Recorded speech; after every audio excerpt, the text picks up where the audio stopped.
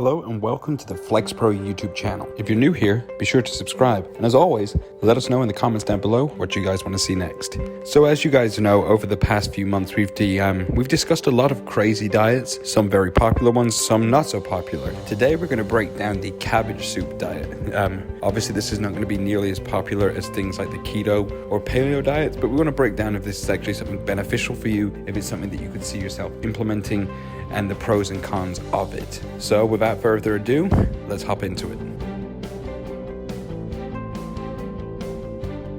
How's it going, guys? My name's Richie Kerwin, and today we're going to talk all about a diet that became popular in the 90s and which, luckily for us, didn't survive long after that decade. We'll talk about how it worked, what it claimed to do, and what was wrong with it. We'll also talk about what actually works for weight loss. As always, I want to point out that I'm not recommending any particular diets in this video. In fact, I'm going to be really blunt right now and tell you that I don't think you should follow any specific diet at all.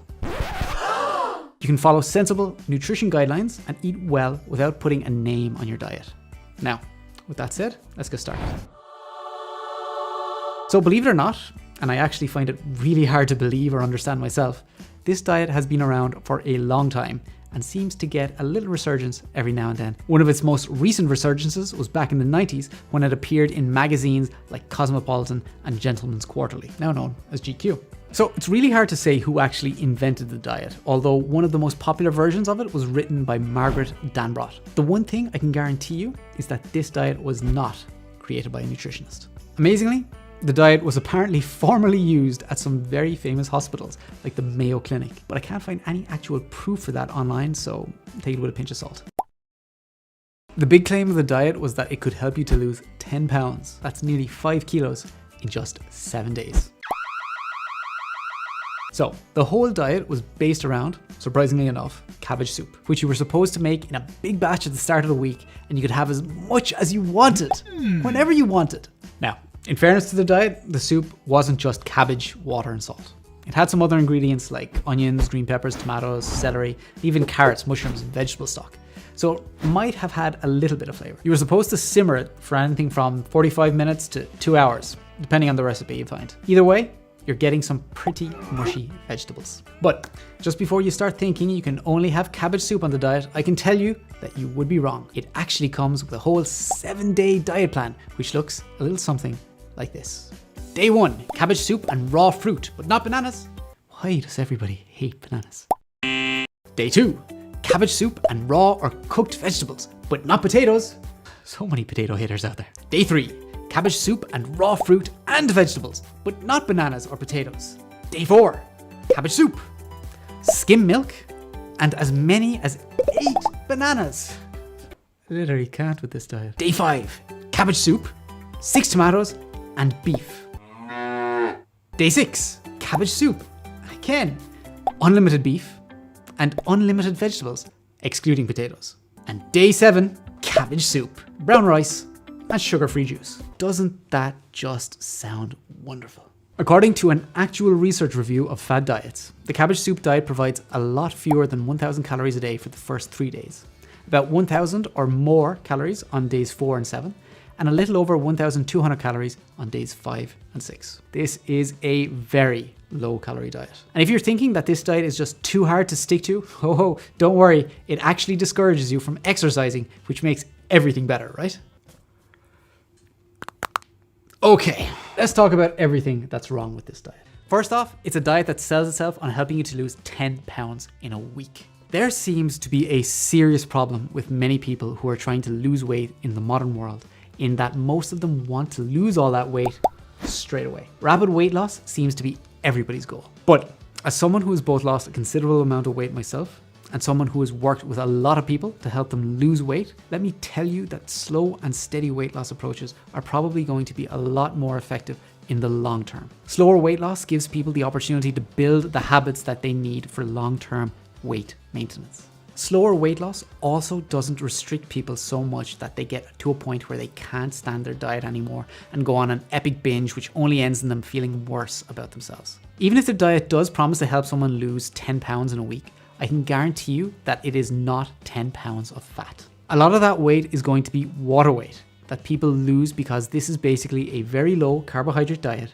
which will mean people will lose glycogen or carbohydrates from their muscles. And when we lose glycogen, we also lose water. There's also a really good chance that people are losing a little bit of muscle mass in that time too, especially considering that exercise is discouraged on this diet. If you're new to exercise and nutrition, one of the most important things you can do to maintain muscle mass while you're dieting is to do some form of resistance exercise. While I'm all for increasing people's consumption of vegetables, and some of the vegetables that I have mentioned here are really fantastic sources of fiber, vitamins, minerals, and polyphenols, this is by no means a sustainable diet. There's no protein, no fat, and the calories are very low because most vegetables, especially cabbage, are incredibly low in total calories. On top of all that, all the liquid from the soup and fiber from the vegetables would potentially help to ward hunger off for a few days, making the diet a little more tolerable. That said, I understand that this is not supposed to be a long-term sustainable diet, especially considering it has 7 days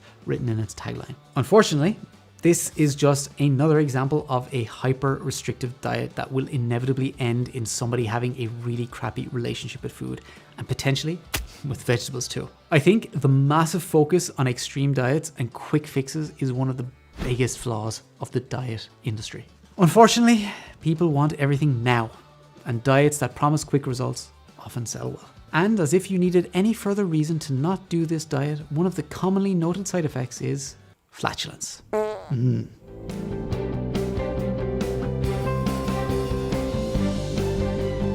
Cabbage soup diet is a short-term weight loss diet. Now, proponents say it can help you lose up to 10 pounds or 4.5 kilos in a single week. But does it actually work? And more importantly, should you actually do it? That's what I'm looking at in this video. As the name implies, the diet involves eating large quantities of cabbage soup. Like for 7 days you eat almost nothing but cabbage soup. In order to start, you need to prepare large batches of soup to eat for the entire week. The ingredients vary based on the source, but it's essentially a variety of vegetables in a water-based soup. Now, every day you're advised to eat as much cabbage soup as you want, at least for several meals. Supposedly, the more soup you eat, the more weight you lose, because cabbage is such a low-calorie food that your body ends up burning more calories digesting it than the cabbage itself contains. Each day of the diet, you are allowed to fill up on 1 or 2 other low-calorie foods in addition to the soup, such as bananas and salads. You can drink water or other calorie-free beverages, such as unsweetened tea. Now, each day actually has rules of what you can eat, with day 5 and 6 allowing for a serving of beef, chicken, or fish. A daily multivitamin is often recommended too, because the diet can limit nutrient intake. Now, you shouldn't continue the diet more than 7 days at a time. That said, you can do the diet again as long as you've had 2 weeks in between. Does the cabbage soup diet work? Well, it's never been studied, so it's not truly possible to confirm its effectiveness. But because the entire plan is so low in calories, it will probably cause you to lose weight. Like, it will be very difficult to meet the calorie requirements you need to maintain your weight. Unfortunately, all the weight lost is likely to come back as soon as you stop the diet. A big problem with very low calorie diets like this one is that when calorie intake is restricted, or when you lose a lot of weight, your body responds by lowering your metabolic rate, meaning you burn fewer calories per day than you used to. This is a starvation response, useful in hunter-gatherer days when food was scarce and your body wanted to protect energy reserves. Interestingly, this lowering of metabolism is a common cause of weight loss plateaus in longer-term diets. It's also one of the main reasons that the majority of contestants on The Biggest Loser reality TV show regain all the weight they lost. The body will fight back against rapid weight loss, as to our brain, this was a sign of famine for our ancestors. So it's a survival trait. On a positive note, you are not forced to go hungry. You're allowed to eat as much as you want of the foods that are allowed each day. It also includes quite a bit of fruit and loads of vegetables, and is quite cheap to follow. There's no expensive books or supplements to buy. Drawbacks of the cabbage soup diet. Aside from the fact that you will regain the weight lost, there are certain drawbacks that certainly outweigh any potential weight loss benefits. One of the main problems is that it can only be followed for 1 week, which is not long enough for meaningful weight loss. Studies show that in the first week of a low-calorie diet, only about 30% of the weight loss is actually from fat, and the other 2/3 come from lost water weight and muscle mass. Another big problem is its lack of nutrients. There are so few food choices that it's deficient in many vitamins and minerals and offers no real source of protein on most days. Like I said before, that is not good for preventing muscle loss. The final drawback of the cabbage soup diet is that it's very bland by nature. That means it's very hard to stick to for an entire week. You have to eat the same thing multiple times per day, every day for 7 days. Ultimately, the cabbage soup diet is extreme and nutritionally unbalanced. While it might help you lose a few pounds quickly, you're better off trying something that helps you achieve long-lasting weight loss and better health.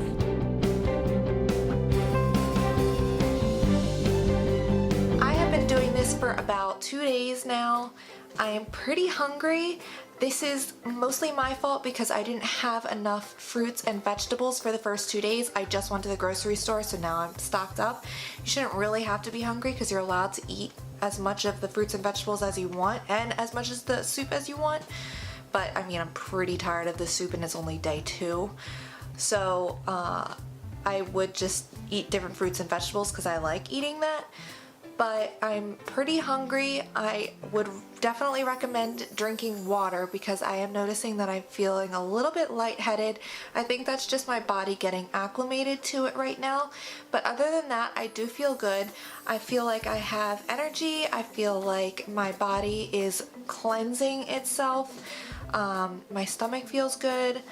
Feel like everything's moving along pretty nicely. So I think the whole point of this diet is the soup is consisted of products that are going to take more energy to burn than actually have calories in them. So it's going to be almost a negative calorie balance in the soup, and then the fruits and the vegetables, it ends up not being a very high calorie dense day that you eat, and over 7 days you end up losing weight. From what I'm getting, that's what I understand. If I'm wrong, feel free to comment down below and correct me, but that's what I'm understanding. I definitely wouldn't recommend somebody do this for a very long time. I don't think that it is something that's very sustainable. I think that it's a okay way, like I said, for me to just get that initial pounds off of your body that are just not moving, you're not seeing any progress, and you've been actually trying normal diet and exercise and you're just having a very difficult time getting that off. You might need that extra push, that shock to your system. So that's what I'm trying, that's what I'm going for. Right now, I'm going to insert a couple of clips and show you the before results. And I'm going to be doing check-ins throughout the next couple of days to let you know my progress and how I am doing on this diet. Alright, so I'm eating my cabbage soup for the day. I am not looking forward to it. The reason it is so red is because I do not want to eat it anymore, and I put a lot of hot sauce in it, so just get this over with. So it's first thing in the morning, hence why I have a filter on my face right now, otherwise you'd be very scared. It's probably, I think, day 5 at this point. No, it's day 6. It's day 6 at this point. I switched day 6 and day 5. Day 5, technically, you're only supposed to eat bananas and skim milk along with the soup, and then day 6 you can have meats, but I was at Six Flags yesterday, so I switched. So today, bananas and the soup. We'll see how long I can last for that. Otherwise, I'm going to be very hungry.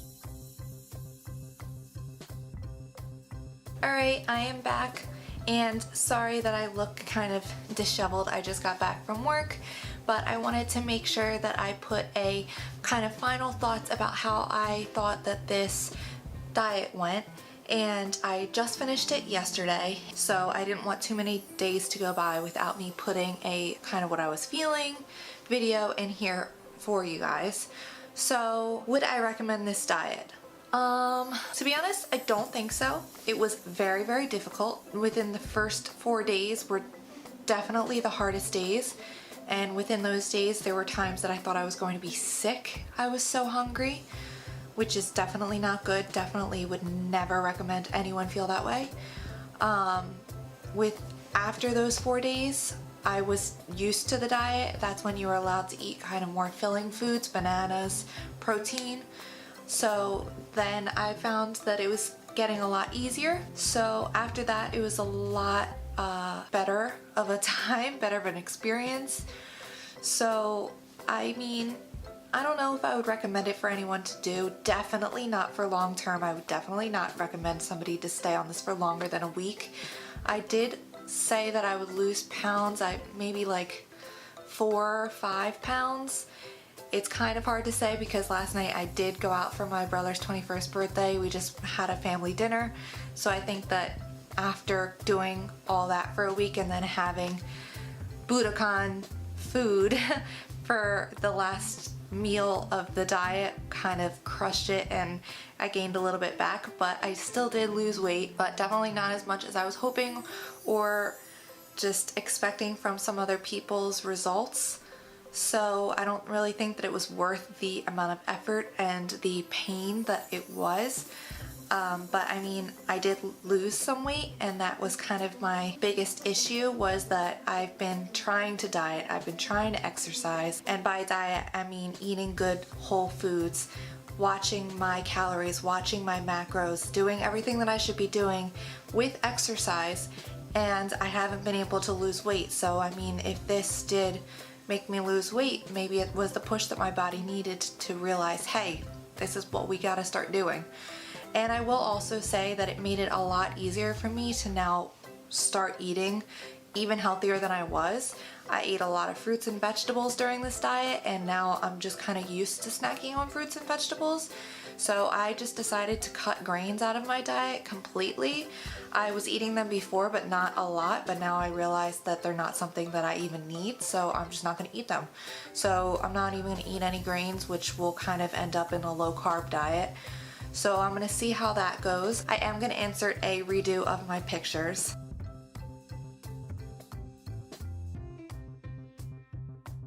I hope you guys found this video valuable. If you guys were interested in the cabbage soup diet, I will also say that after the first day I was tired of cabbage soup, so after the third day I had to think of many ways to get it to taste better to me. So that included putting hot sauce in it, putting mustard in it. Sounds disgusting, but it actually is really good. Putting sriracha, which is just another type of hot sauce, in it. I put a lot of cumin in it one day. Like, so many random things, just onion powder, so much stuff to try to get me to eat it, because I was not wanting to eat it. Like, the smell of it after the first day or two was nauseating, and that was, I think, a big reason too why I didn't lose as much weight as I did. And there you have it, folks, all the pros, cons, ins and outs of the cabbage diet. So we hope that answers any questions that you have. If you do have any more questions about the cabbage soup diet or anything else of that nature, please never hesitate. Shoot us a DM on Instagram and we'd be happy to answer any questions you have. Have an absolutely amazing week.